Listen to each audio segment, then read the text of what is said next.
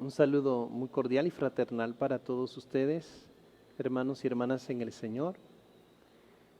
Queremos compartir la catequesis, la primera que se realizó la semana pasada, el día jueves, y que por razones de técnicos hemos nuevamente abierto este compás para desarrollar la temática de el martirio de Santa Librada, la primera parte.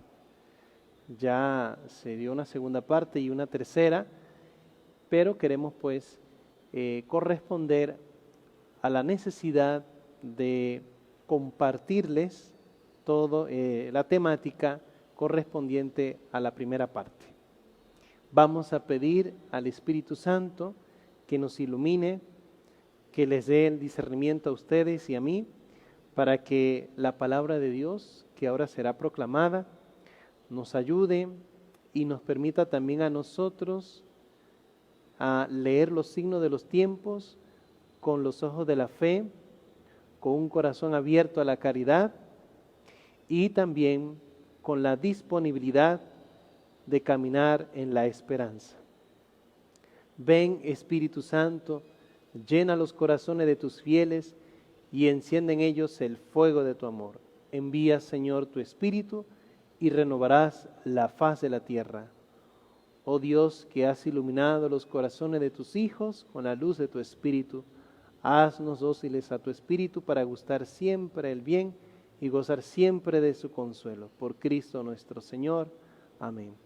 Gloria al Padre, y al Hijo, y al Espíritu Santo, como era en el principio, ahora y siempre, por los siglos de los siglos. Amén. Bien, querido amigo y amiga, que te has interesado por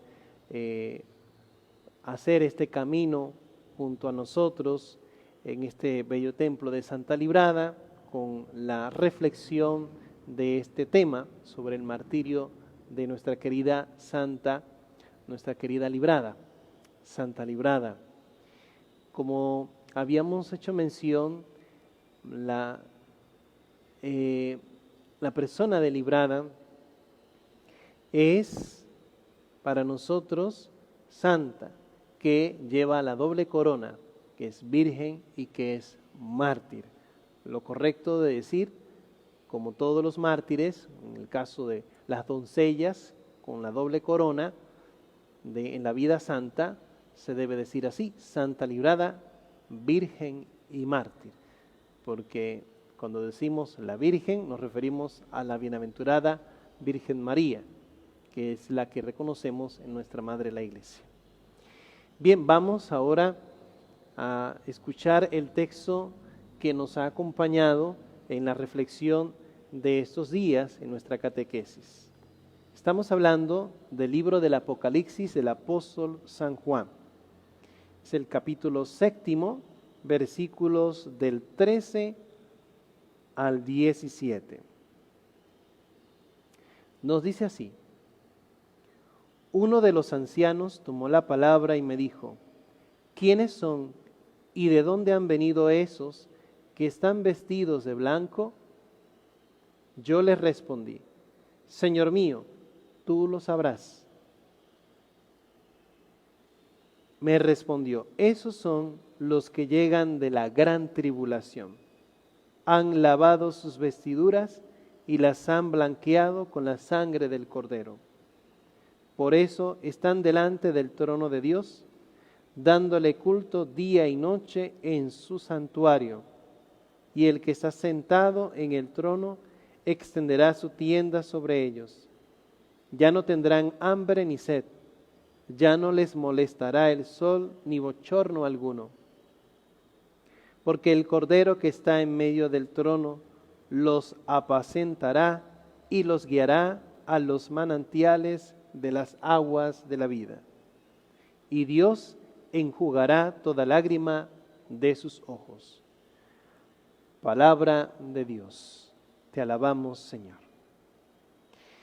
Bien, mis queridos hermanos, este bello texto tomado del libro del Apocalipsis San Juan nos habla de una realidad o una visión que el autor sagrado manifiesta sobre aquellas personas que aparecen con el vestido blanco.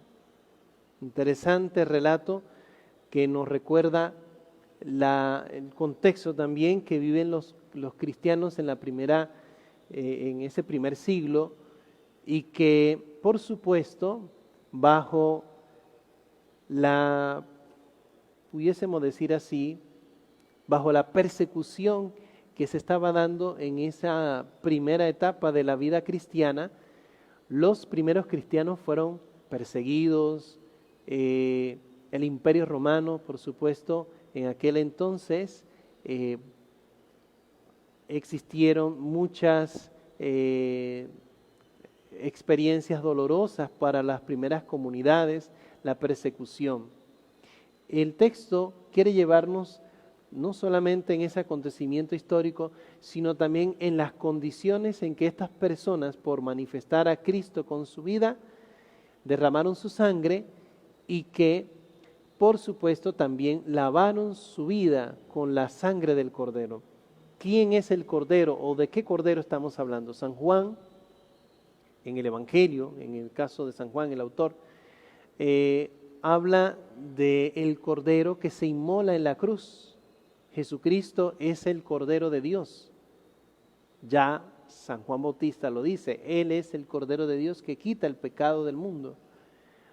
Y en el caso del autor sagrado Juan, mira a Jesús en la cruz como el pan vivo bajado del cielo, como el alimento que se nos da, el pan partido para ser compartido, el cordero que se inmola, la imagen del cordero.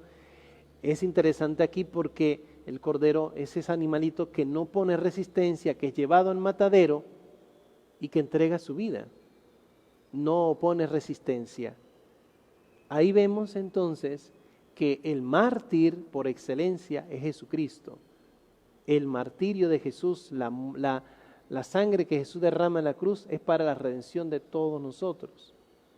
Por eso el sacrificio eucarístico es hablándonos, nos habla cada vez que celebramos la Eucaristía, se actualiza ese acontecimiento que no está sujeta a un pasado, como si dijéramos, vamos a recordar, sino que vamos a vivir o vamos a meternos en ese acontecer de Cristo en su sacrificio.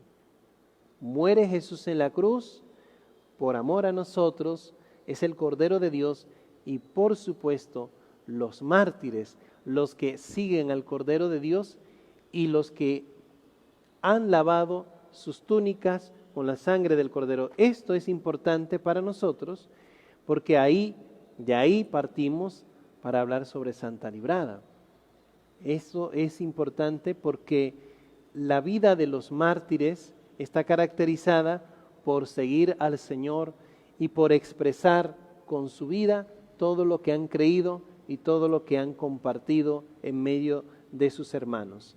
El Cordero de Dios, el que quita el pecado del mundo, el que se inmola en la cruz, el que derrama en la cruz su sangre, es el que resucita. Y el libro del Apocalipsis es un libro de la esperanza, es un libro del triunfo de Jesús sobre el pecado y sobre la muerte. En otras palabras, el martirio viene a ser una alabanza de amor por encima del odio y de la persecución que se da por la causa del Evangelio. Veamos entonces, ya haber leído la palabra de Dios que nos ilumina, y que por cierto, en la catequesis, en la segunda parte, habíamos contemplado todo el elemento cultural y toda la situación difícil que se va viendo en la vida de un mártir.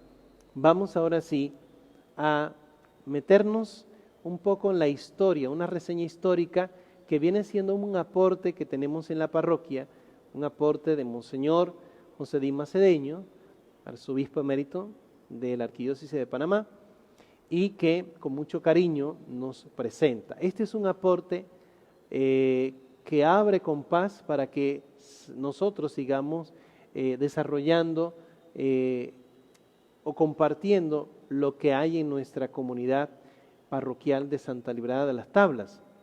Así que veamos un poco el extracto de esta reseña histórica que usted puede conseguirla, puede consultarla en nuestra página de Facebook. Usted puede buscar allí en la parte de la historia, la reseña histórica como fuente que la parroquia proporciona para todos aquellos que desean conocer más sobre nuestra patrona Santa Librada.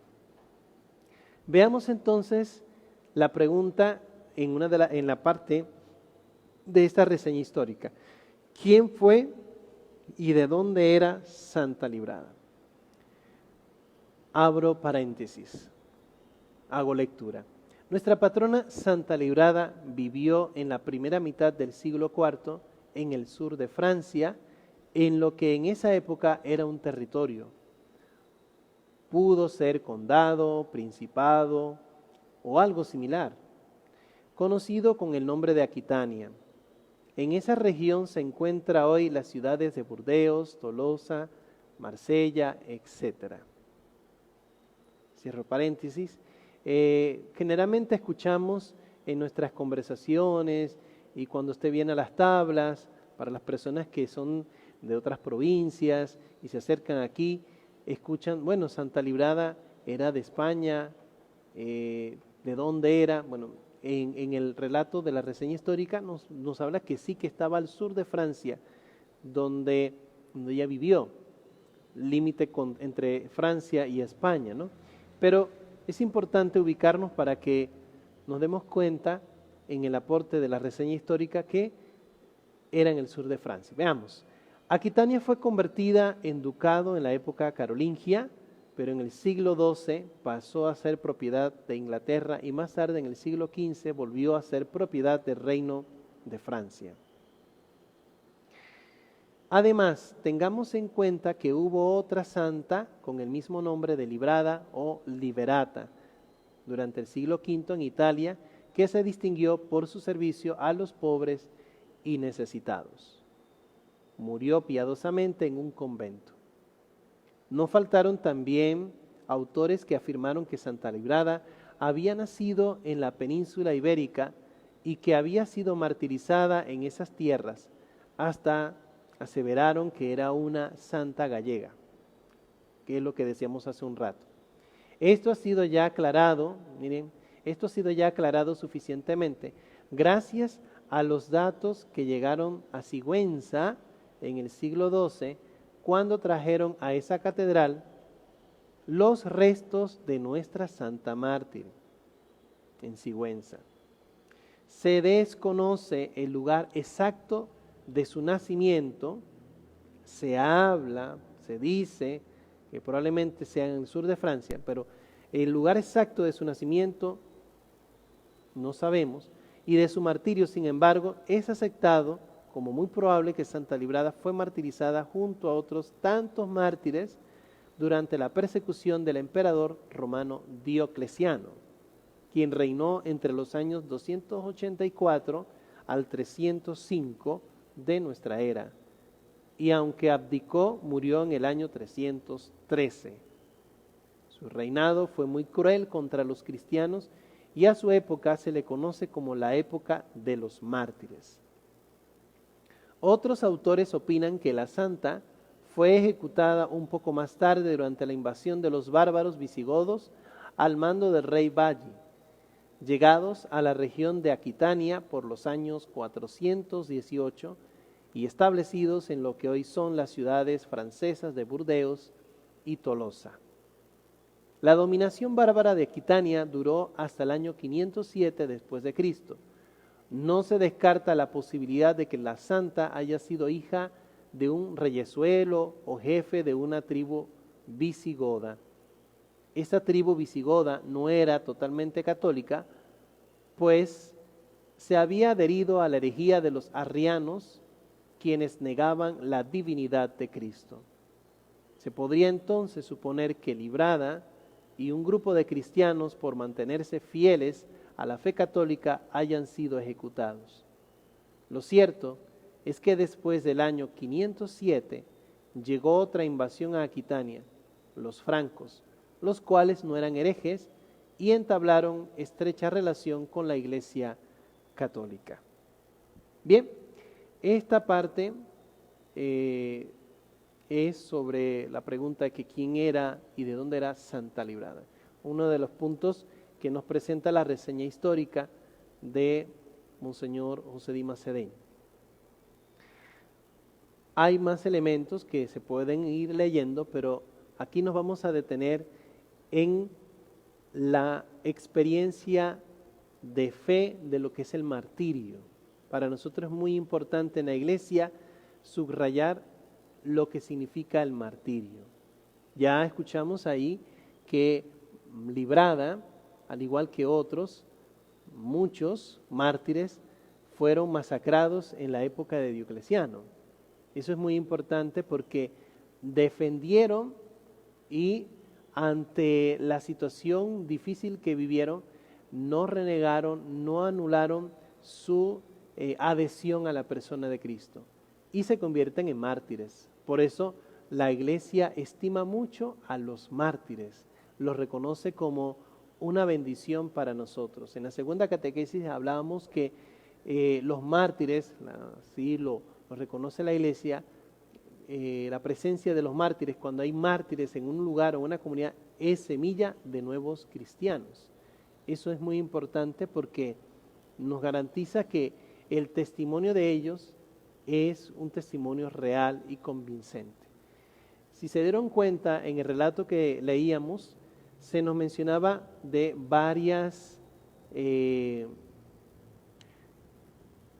relatos, que en Italia había una Librada, incluso en la península ibérica, nuestra querida patroncita, en el sur de Francia, hay tantos relatos sobre ella. Es importante hacer mención de algo. Así como ella, tantos otros santos que la comunidad, al no tener nada escrito, pero que se ha transmitido oralmente, ha llegado hasta nuestros días por las experiencias de esas comunidades. Por supuesto, esta mártir es reconocida en la comunidad y se va propagando obviamente la devoción, pero asimismo van surgiendo otros acontecimientos, o más bien van surgiendo leyendas, van surgiendo comentarios, van surgiendo cuentos, y por supuesto usted busca en internet Santa Librada y le podrá salir cualquier cantidad de información. Es como le sucede a las personas que vienen a las tablas y le preguntan sobre Santa Librada y le podrán decir cualquier cantidad de elementos legendarios, anécdotas, una décima, un comentario, y por supuesto hay una infinidad de comentarios sobre la misma. Por eso se ha tomado en la parroquia la necesidad de extraer o presentar una reseña histórica que al final es un aporte para nosotros, conocer un poquito más sobre nuestra santa, un poquito más sobre ella. Vuelvo y digo, el hecho de que no se haya tenido los datos históricos escritos, eso no significa que no se anule, porque la misma comunidad da el aporte de ella, y esto que tenemos aquí ha sido gracias a lo que las comunidades vivieron en aquel entonces. Hay una celebración que tenemos en la iglesia después de los mártires Pedro y Pablo, el 29 de junio, el 30, que es sobre todos los mártires, los primeros mártires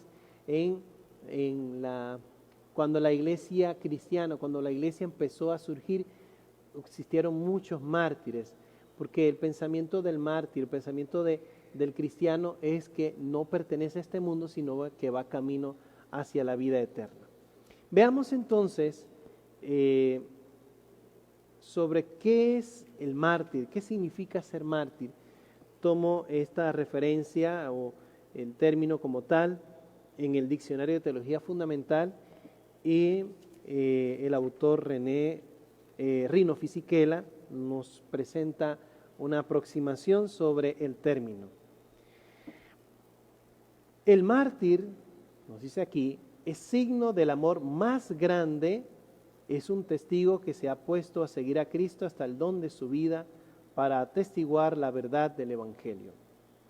Reconocido como tal por la voz del pueblo de Dios, es confirmado por la Iglesia como un testigo fiel de Cristo.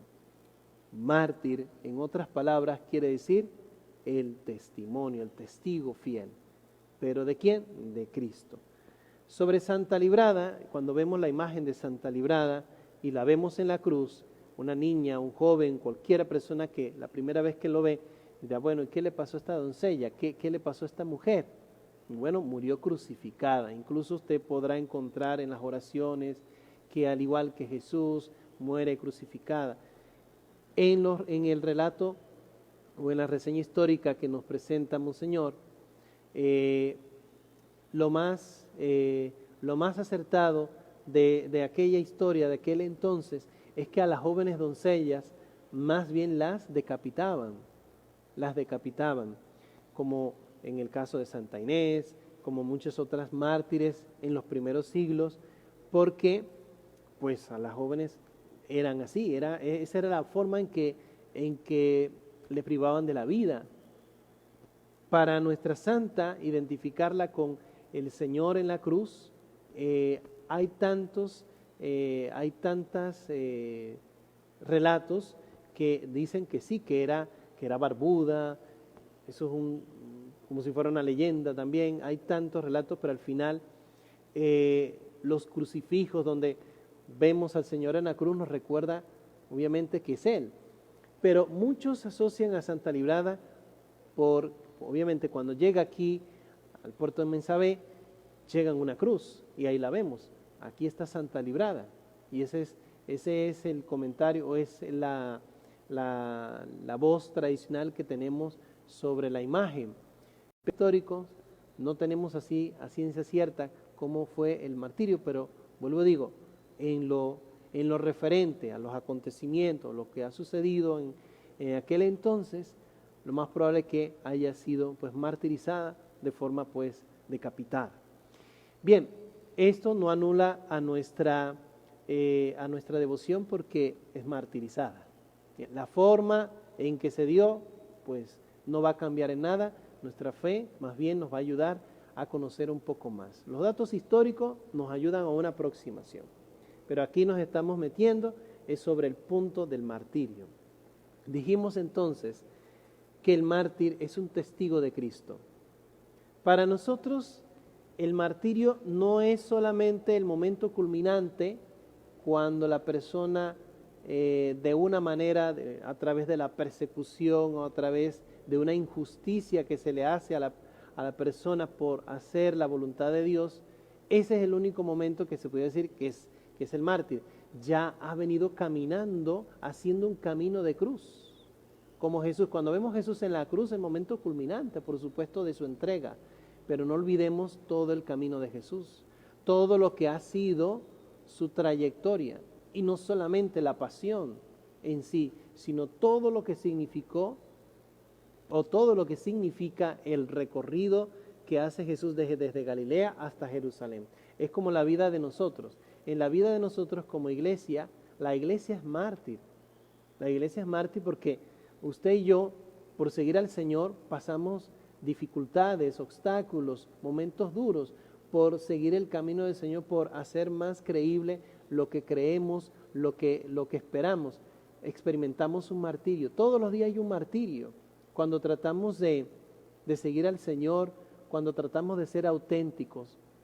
Imagínense una persona que llega a un lugar de trabajo y hay corrupción y es una persona de principios y llega a ese lugar y él tiene unos valores, ahí se va a poner a prueba, lamentablemente, se va a poner a prueba su convicción y su autenticidad.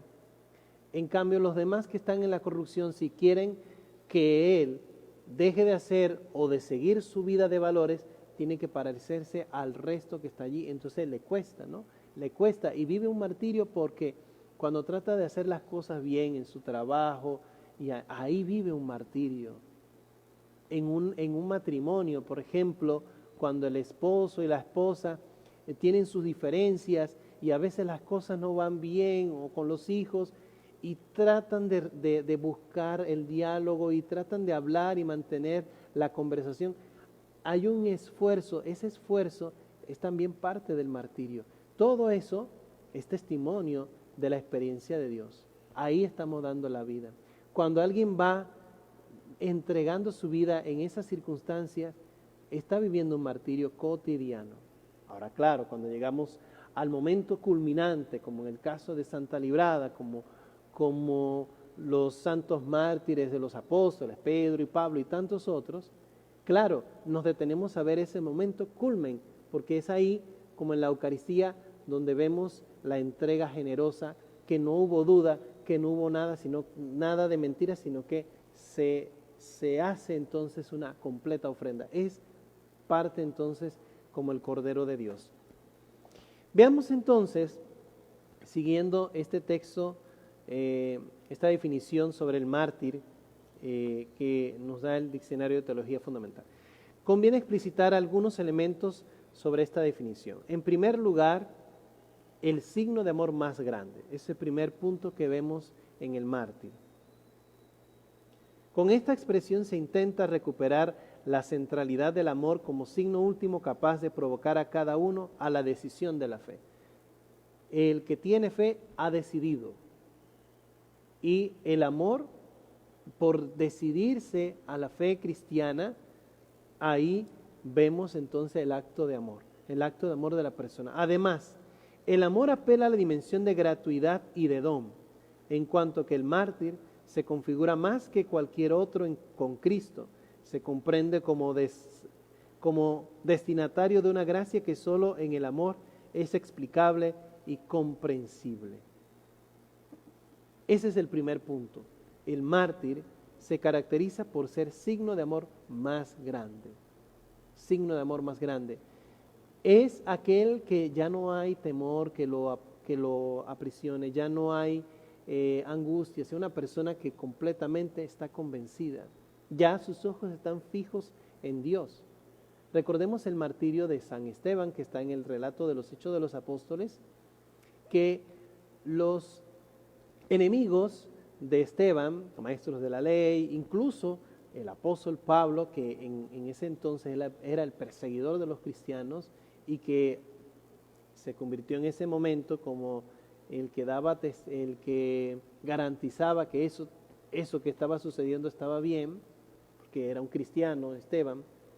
Recordemos en el relato de Hechos, nos dice que Esteban estaba viendo los cielos abiertos y al Hijo del Hombre, sí, a la derecha del Padre. Podía ver, ya el mártir vive una realidad que va más allá del mundo. Entonces, no hay odio, no hay resentimiento, no hay nada. Experimenta un dolor, pero ya está más allá que acá. Es una persona que se está entregando y está orando, porque recordemos que hay algo interesante de Esteban, como en el libro de Hechos, es que no pide el mal para sus verdugos, sino que ora por ellos. Eso es el acto de amor grande que vemos en el mártir, porque una persona que, por decirlo así, está entregando su vida y empieza a maldecir a los que le están haciendo el mal, bueno, ya deja de ser un mártir, se puede convertir en un héroe, porque es fruto de una injusticia y todo eso, ¿no? Pero aquí no hablamos de héroes, sino de mártires. El mártir, concretamente, es aquel que vive una injusticia, pero en lugar de odiar y en lugar de pedir mal, pide el bien.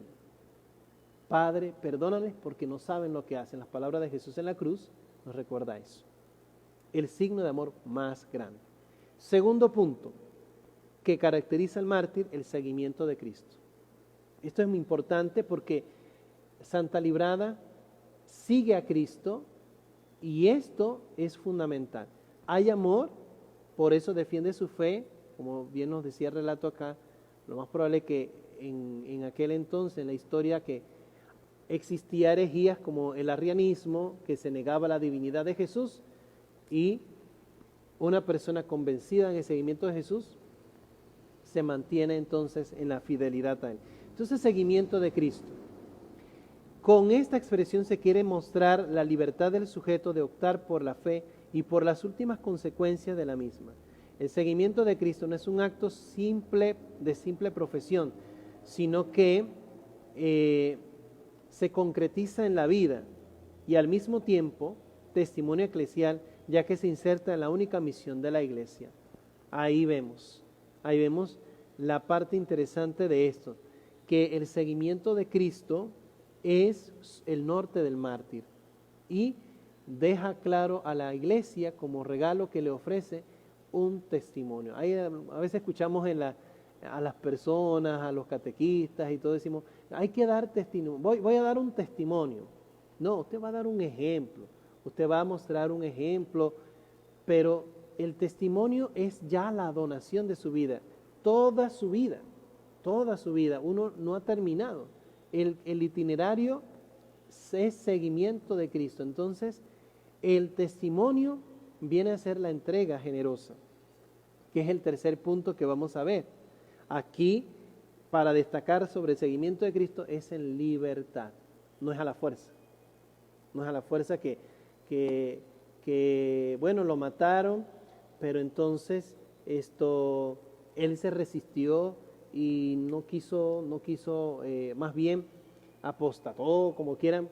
Es muy difícil, ¿no? Porque ese es otro punto que quizás nos cuesta, porque una persona cuando se le priva de la libertad, eso no significa que está haciendo mal. Pongo un ejemplo, si alguien le quiere arrebatar el niño o a su hijo o a su hija y le van a hacer un mal, usted actúa por el bien de esa persona, de su hijo, ¿no?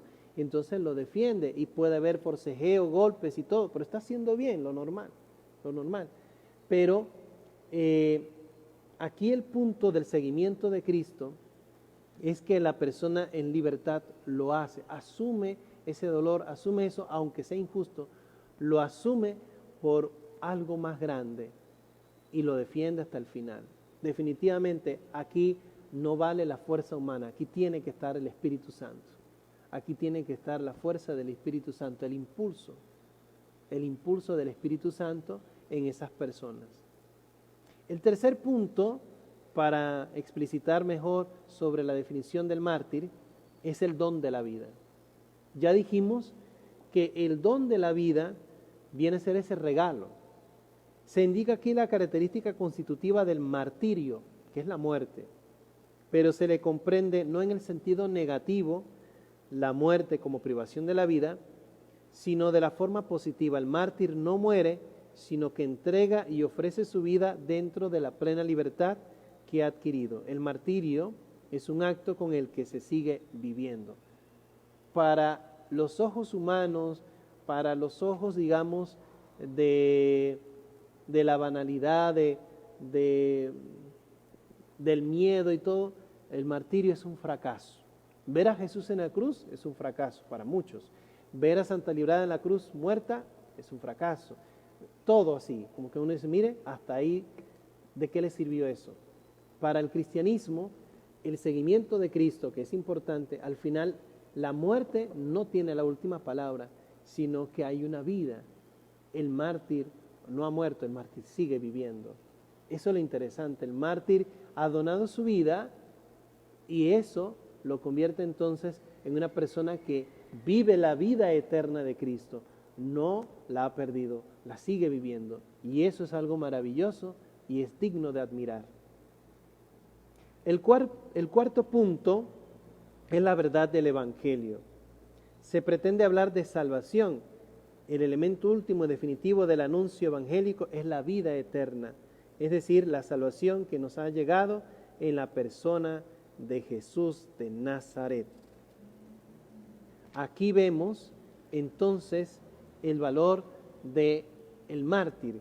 Hay una entrega, hay una verdad del Evangelio que profesa y cree firmemente en la salvación. Al final sabe que su vida no se pierde, se da y se gana. Se cumple lo que nos dicen los evangelios. en boca de Jesús. El que trata de conservar su vida, la pierde. El que la pierda por mí, la salvará. La salvación. Ahí está entonces la salvación como el final de la historia de la creación. Porque la creación uno dirá, bueno, venimos a este mundo, crecemos, trabajamos, estudiamos y de pronto nos morimos y se acabó todo. Pero la vida es como un desgastarse, al final es una donación. Y uno dice, bueno, el final es la muerte, no, el final es la salvación.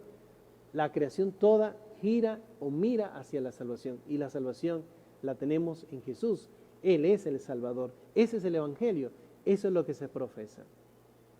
El quinto punto que vemos aquí, para explicitar esta definición del mártir, es que es reconocido por el pueblo de Dios, por el pueblo de Dios. Cuando un mártir o una mártir, como en el caso de Santa Librada, es reconocida por la iglesia, pues ya no hay que echar atrás, ponernos a dudar. Algunas personas empiezan a dudar porque no coinciden los datos históricos, etcétera, etcétera. Bueno, dígale al Papa, dígale a los obispos, dígale al magisterio de la iglesia que se equivocaron al aceptar que ella no es santa. Entonces, cuando el pueblo de Dios la reconoce, cuando hay una historia, pues, ¿qué tienes que hacer? Acéptalo, la obediencia de la fe, porque hay una comunidad que da testimonio de eso. Y hay una experiencia también importante a través de la persona, y son los milagros. Yo pienso que en otro momento, aquí aprovechando las catequesis, tendremos otra oportunidad para hablar sobre el milagro o los milagros, como una realidad que nos puede llevar al Señor y que da testimonio también de eso. Porque cuando hablamos de un santo, de una santa, y hay milagros, hay algo especial. Ahí está la presencia de Dios. Si no fuera así, pues cae sobre su peso. Pero eso también es reconocido en la iglesia, y ahí vemos entonces una manera auténtica de que esa persona es para bien de la iglesia. La comunidad participa siempre del martirio de uno de sus miembros. Por eso, precisamente, es la única capaz de comprender el alcance de aquel testimonio y de juzgar su signo como expresión auténtica del amor cristiano. Es la comunidad local la que sabe reconocer cuando la muerte del mártir ha sido por la verdad del Evangelio y no por otros fines. En efecto, en ella es donde el mártir nace, crece y se robustece, tanto en la experiencia de fe como en la preparación para el propio martirio. Hay una vida, hay un seguimiento, como lo decíamos hace un rato, la comunidad lo ve, la comunidad lo testimonia, la comunidad lo acepta, la comunidad tiene entonces, la comunidad cristiana, la comunidad eclesial, da crédito de eso y la reconoce como tal. Ahí está la iglesia sabiendo que el martirio es una luz en medio de la oscuridad. Y por último, ya tenemos aquí que es todo este proceso, digamos, canónico, jurídico, que la iglesia realiza cuando hablamos de la canonización, cuando la iglesia confirma. Cuando la iglesia confirma. Primero hay una aceptación en el pueblo, hay una historia, y acá ahora la iglesia confirma. Ya cuando el obispo local, cuando incluso en la iglesia reconoce el santo, la santa de una comunidad, pues ahí está confirmándose. ¿Qué le toca al sacerdote, a la religiosa, al pueblo de Dios, todo? Pues aceptarlo y verlo como un don maravilloso. Es un regalo, el martirio que tiene la iglesia para darle credibilidad. Para aquellos que dicen que la iglesia, que no tiene nada, que la iglesia es pecadora, pero es santa. Miremos la bella página de los mártires. Cuando nos acercamos a la vida de los mártires, se nos refresca el Evangelio en nuestras vidas. Nosotros deseamos como seguir mejor al Señor, como que se nos van los miedos, como que las quejas, las preocupaciones se vuelven nada. En realidad, como que la fuerza del Evangelio nos impulsa a seguir a Jesús. Esto es importante para nosotros en un momento como el que vivimos. Voy a terminar con unas palabras de San Óscar Romero, que no hace mucho ha sido canonizado, que es mártir, con referente pues a esta página de la que estamos hablando, de lo que es el martirio, el mártir. Nos dice así San Óscar Romero: en el año 1979, una homilía del Sábado Santo.